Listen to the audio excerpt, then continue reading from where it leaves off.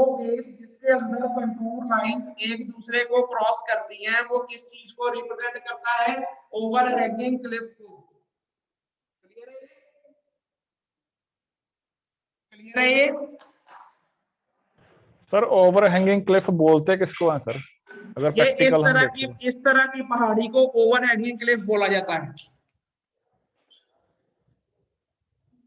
Clear है? ठीक है सर। तो ये भी एक करेक्टरिस्टिक थी। और एक इसके बाद समझ लो अगली करेक्टरिस्टिक क्या है, मैं बोल के बताता हूं। Depression between the summit is called saddle. मतलब ये भी बोर्ड पे पता लगेगी।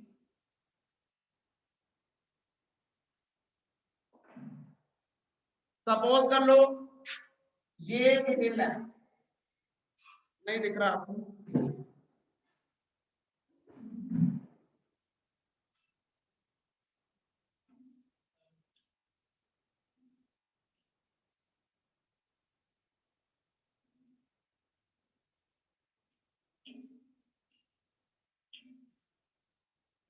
ये एक हिल है 100, 101, 102।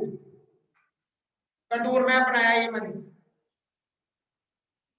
ये भी हिल है 100, लेवल बढ़ रहा है 101, 102।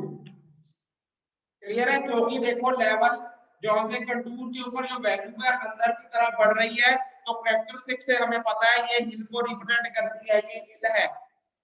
ऐसे ही इसके अंदर भी जो कंटूर की वैल्यूज है अंदर की तरफ बढ़ रही हैं, तो ये हिल को रिप्रेजेंट करती है, ये भी हिल है। क्लियर है ये? अगर यहाँ पर वैल्यू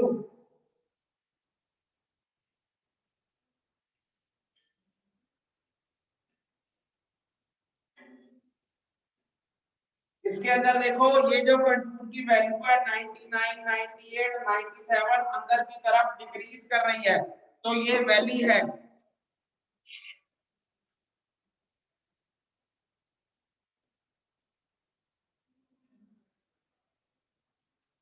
इसके अंदर भी देखो अंदर की तरफ कंटूर की वैल्यू कम हो रही है 99, 98, 97, तो ये भी वैली है। ये हिल है, ये हिल है, ये वैली है, ये वैली है। जब इस तरीके का कॉम्बिनेशन होता है, इसको क्या बोलते हैं? इसको सबमिट बोलते हैं, सबमिट।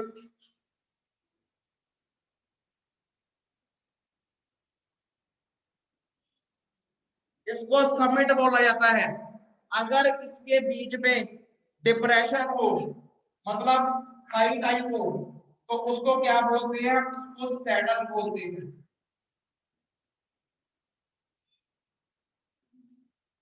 क्लियर है ये सारा कॉम्बिनेशन, हिल के सामने हिल, वैली के सामने वैली, इसको सबमिट बोला जाता है। अगर इन सब के बीच में डिप्रेशन हो तो उसको क्या बोलते हैं? सैडल बोलते हैं, सैडल। क्लियर है ये? क्लियर है? जो अगली आपकी कैरेक्टरिस्टिक है वो यही है। अगर मैं आपको बुक दिखाऊं,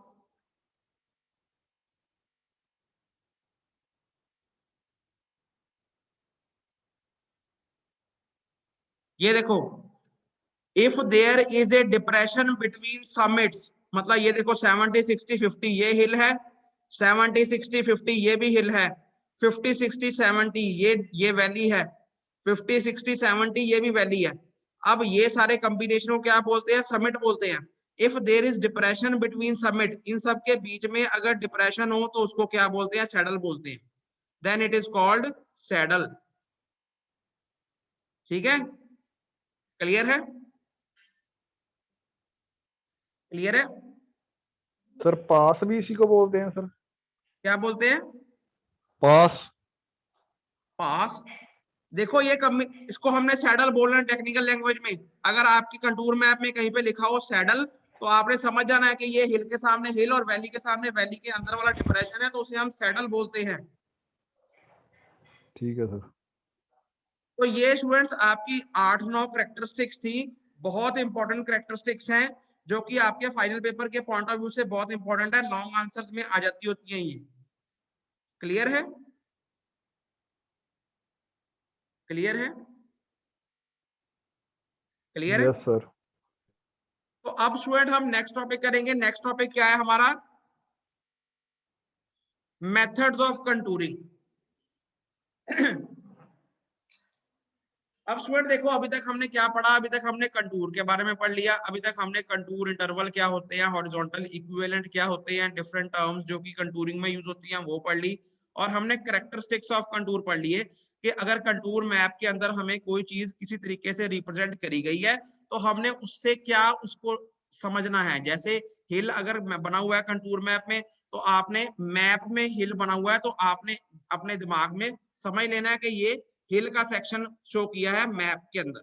ऐसे ही अगर सपोज कर लो ये आपको वर्टिकल क्लिफ, जैसे मैंने समझाया आज वर्टिकल क्लिफ का प्लान दिया हुआ है, उसके अंदर जो सी कंटूर लाइन जो सी है एक दूसरे के अंदर रन करती हैं।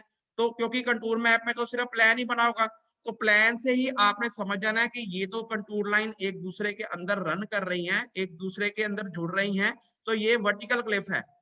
सॉरी, तो ये क्या है आपका वर्टिकल क्लिफ। अगर कंटूर लाइंस एक दूसरे को काट रही हैं तो आपने दिमाग में ही अपने इमेजिन कर लेना है, क्योंकि प्लान में तो सिर्फ प्लान बना होगा, सेक्शन तो बने ही नहीं होंगे। तो सेक्शन आपने अपने दिमाग में इमेजिन कर लेना है कि अगर ये कंटूर लाइन एक दूसरे को काट रही हैं तो ये क्या है, ये केस ऑफ ओवरहैंगिंग क्लिफ का है। आपने अगर आपके कंटूर मैप के अंदर कहीं पे लिखा हुआ कि ये सैडल है, तो आपने खुद ही समझ जाना है कि ये डिप्रेशन वाला एरिया है। इसके अल्टरनेटिवली आमनो सामनी माउंटेन्स हैं और आमनो सामनी वैली हैं। तो ये चीजें जो सी होती हैं, ये होती है कैरेक्टरिस्टिक्स ऑफ कंटूर। तो आपने कंटूर मैप में से देख के ही समझ जाना है कि एक्चुअल ग्राउंड सरफेस है कैसी। क्लियर है? ये क्लियर है? क्लियर है? Yes sir. अब कंटूर मैप बनाने कैसे हैं? कंटूर मैप तब बनेंगे जब आप ग्राउंड के ऊपर कंटूरिंग करोगे। ग्राउंड के ऊपर कंटूरिंग कैसे करनी है वो हमारा नेक्स्ट टॉपिक है, method of contouring. Methods of contouring के कंटूरिंग हमने ग्राउंड के ऊपर एक्चुअली परफॉर्म करनी कैसे है। क्लियर है? क्लियर है? Yes sir. बाकी सबको क्लियर हो रहा है?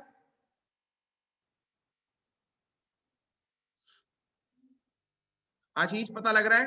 Amritpal, Lovepreet,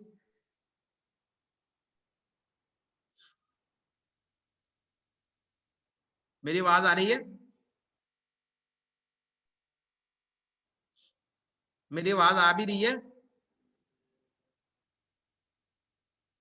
yes sir. पता लग रहा है जो मैं करा रहा हूं? Yes sir.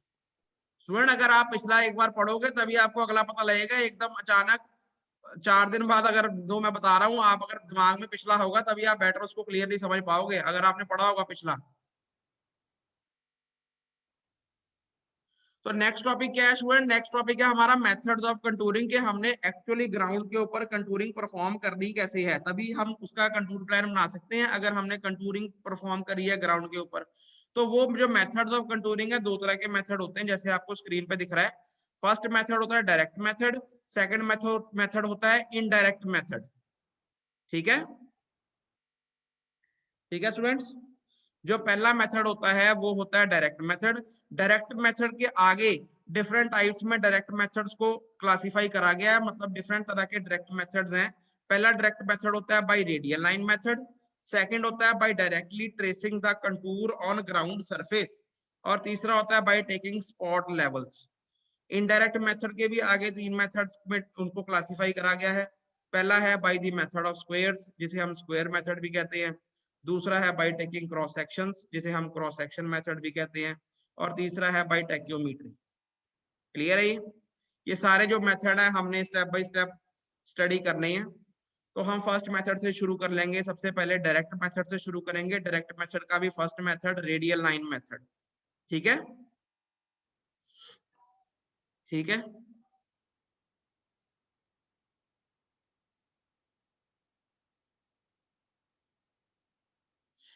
ठीक है स्टूडेंट्स? हाँ जी सर। ये जो मेथड है ये आपको बोर्ड पे समझाए जाएंगे। क्यों? क्योंकि कंटूरिंग में कुछ कुछ चीजें आपको जरूरी हैं जो कि आपको बोर्ड पे ही समझ आएंगी, आपको इमेजिन करनी पड़ती हैं, तो उसके लिए बोर्ड जरूरी है। तो ये हर मेथड में आपको स्टेप बाय स्टेप बोर्ड पे कराऊंगा, ठीक है। पीछे फोटो दिख रही है सबको बोर्ड की? Yes sir. तो सबसे पहले हम डायरेक्ट मेथड पढ़ेंगे।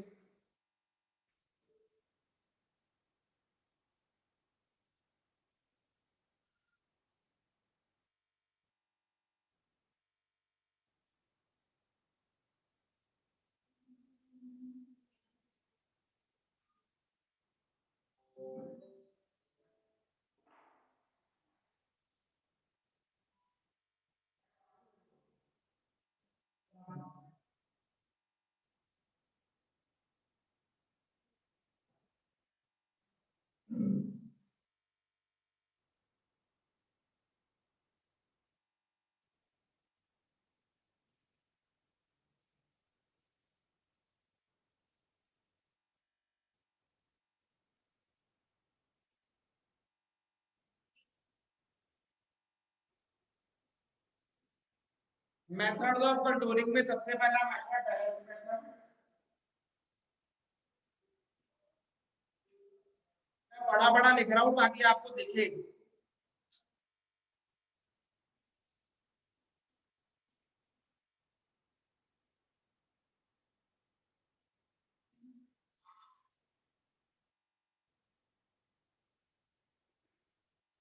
डायरेक्ट मेथड में भी हम पहला मेथड करेंगे रेडियल लाइन मेथड।